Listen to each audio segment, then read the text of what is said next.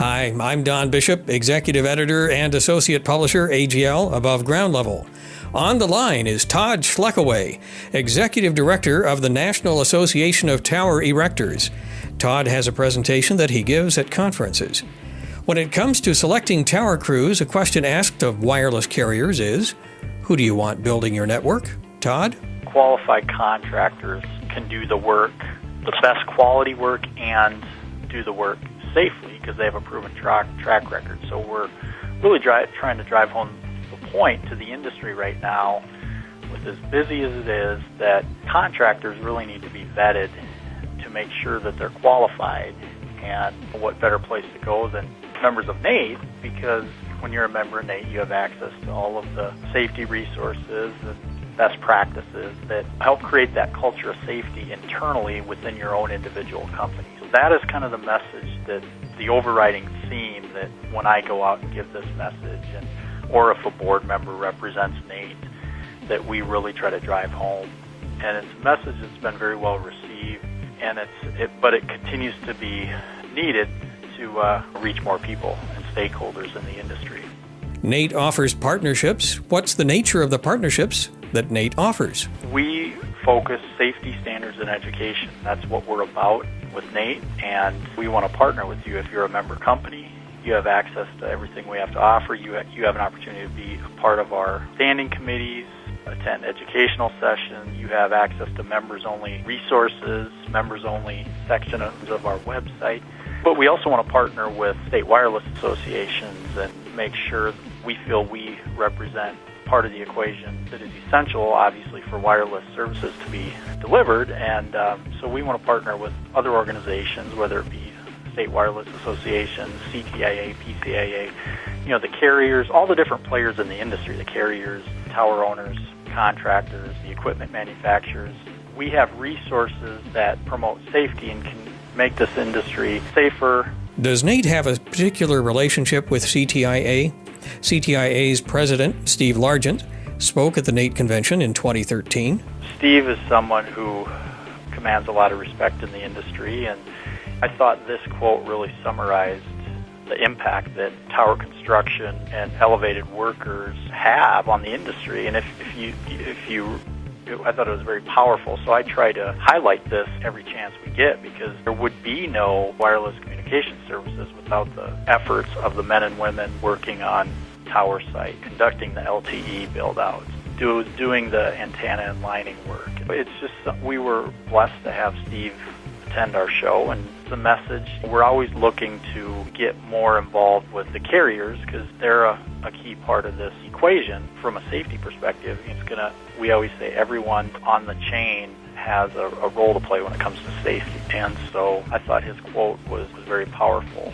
How important is the LTE build-out in the world of safety for workers who climb towers? I have conversations with our members every day. The one common denominator out there, Don, is everyone is extremely busy right now, and I hear it every day. It's not unusual for me to be talking to a member and they're on a tower site or they're taking a break from work, and so I hear it every day, and who knows how long this current build-out cycle will last. There's projections for the next 2 to 3 to 4 years, but certainly it's a busy time in the industry, and so we're working hard to make sure that safety is not compromised during this busy cycle, and to make sure that everyone in the industry can access our resources.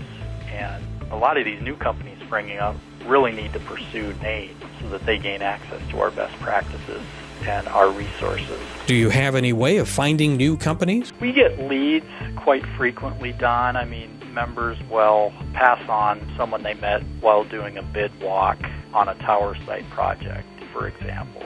But there are companies springing up by the month right now because there's work out there.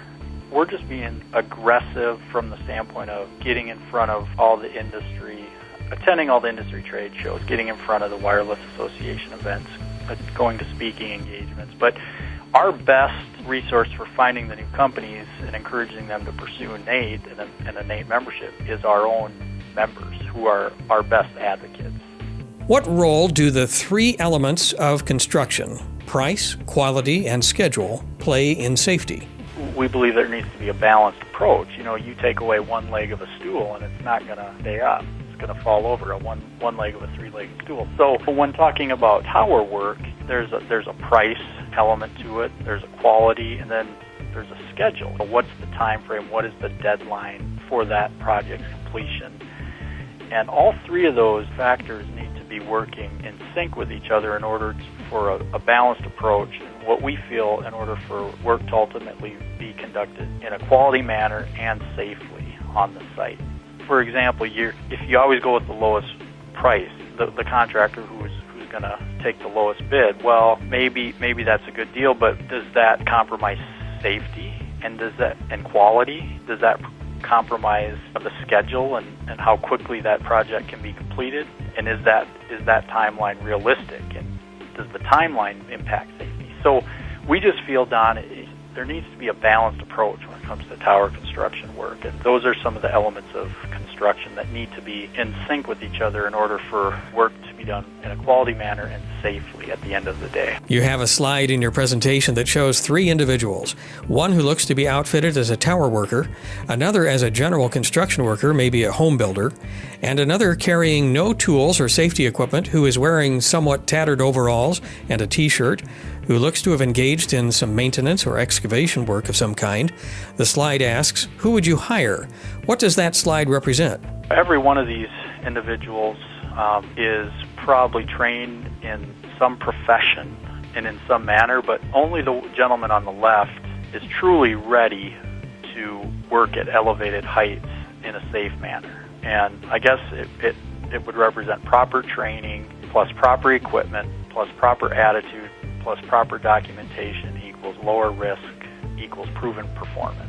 I said that fast, but it truly means, is the contractor qualified? Are their crews adequately trained? And it always boils down to the individual worker too. I mean, is that individual worker making a commitment every time he steps on a tower site or ascends up a tower to do the work safely and to do it right every time and to not take shortcuts and to not compromise safety in any manner? Because at the end of the day, it's going to boil down to the individual safety commitment of each individual employee. How does a carrier, tower owner, or general contractor find qualified contractors for tower work? Nate has a checklist for contractors. How does that help? The Qualified Contractors Evaluation Checklist, Don, is one of our resources that we really, really promote to everybody in the industry. We believe that carriers, the turfing vendors, the tower owners should all utilize this checklist to ensure, and properly, again, it's that vetting process, to make sure that the contractors that are going to be doing work on this project or at this tower site are qualified. And what this is a checklist that asks questions such as, has the contractor obtained insurance coverage appropriate for the scope of work? So it touches on insurance coverage. That could mean obviously workers' comp and general liability, etc. And it asks for a certificate of insurance. Does the contractor have the necessary experience, reference? Does he have a written safety program? Do they conduct regular safety audits? Do they agree that there should be a competent and qualified person at the project site who will conduct the audit? Are they documenting safety audits? Do they have them on file for you to review prior to them going to work? Have they conducted drug screening on their employees?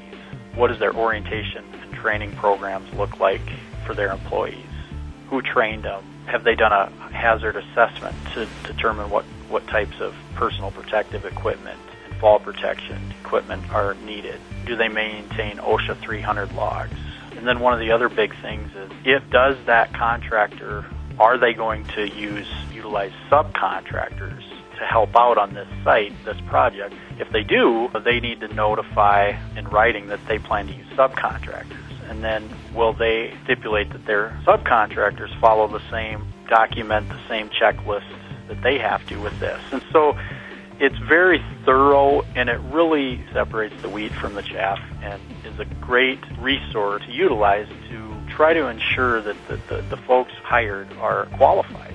And so we really promote this resource and believe it needs to be utilized on all projects. What's been Nate's progress with wireless carrier relations? We continue to maintain positive dialogue with the carriers. Some of the carriers are affiliate members, have affiliate membership status with NATE. Myself and some board members have the opportunity to speak at various state wireless association events throughout the country. The regional carrier, U.S. Cellular, is one that we like to highlight. They are a NATE member. They have taken the step, Don, of requiring that contractors who do work for them have to be members of NATE. And it's just a commitment that they've made to safety and demonstrated at the contractual level is where they include this. And so this is kind of the gold standard that we're holding up, and we would like this model to be picked up by other carriers, by some of the large turfing vendors like Black & Beach and Bechtel's. This is their commitment to safety, and they're willing to place it in their contracts. And so we really highlight that as a positive move for safety in the industry. What's the status of NATE's STAR initiative? STAR, which stands for Safety, Training, Accountability, and Reliability. We continue to see moderate growth in the program, and the goal is for us to continue to move the member companies of NATE who are involved on the tower construction side, or if they're carriers or owners, into this program, because this is a elevated level of commitment to safety, because you're doing voluntary site safety audits and submitting them to our offices. And now that the program's going into year 3, we have 2 years of data that we can extrapolate, and we can show that we have, like, members have submitted over 200 and some hazards that have been identified proactively on their sites due to their safety audits. So not only are tower sites becoming safer, they've also saved in potential OSHA citations and violations and fines. But saved probably over $200,000 in potential OSHA citations. So it's a win-win, and we continue to have a goal of getting more and more of our members on board as STAR members. It's kind of the cream of the crop as far as we're concerned. OSHA appears to be taking at least a slightly closer look at safety matters related to work performed on telecommunications towers. What effect might that have? I think it's too early to say what they pursue on that front, Don. I will say that we're in continual communications with OSHA, and we've worked with them on several legislative and regulatory issues to date. And I do know that Dr. Michaels is going to take a look at the current state of affairs and see if, as far as I'm concerned, what I've been told is he's still in that, review mode to see, where there may be opportunities. But I think it's just so early to tell yet whether they will actually place greater scrutiny on the industry or not. My thanks to Todd Schlekeway, Executive Director of the National Association of Tower Erectors. I'm Don Bishop, Executive Editor and Associate Publisher of AGL, Above Ground Level. This interview appears in the November 2013 issue of AGL.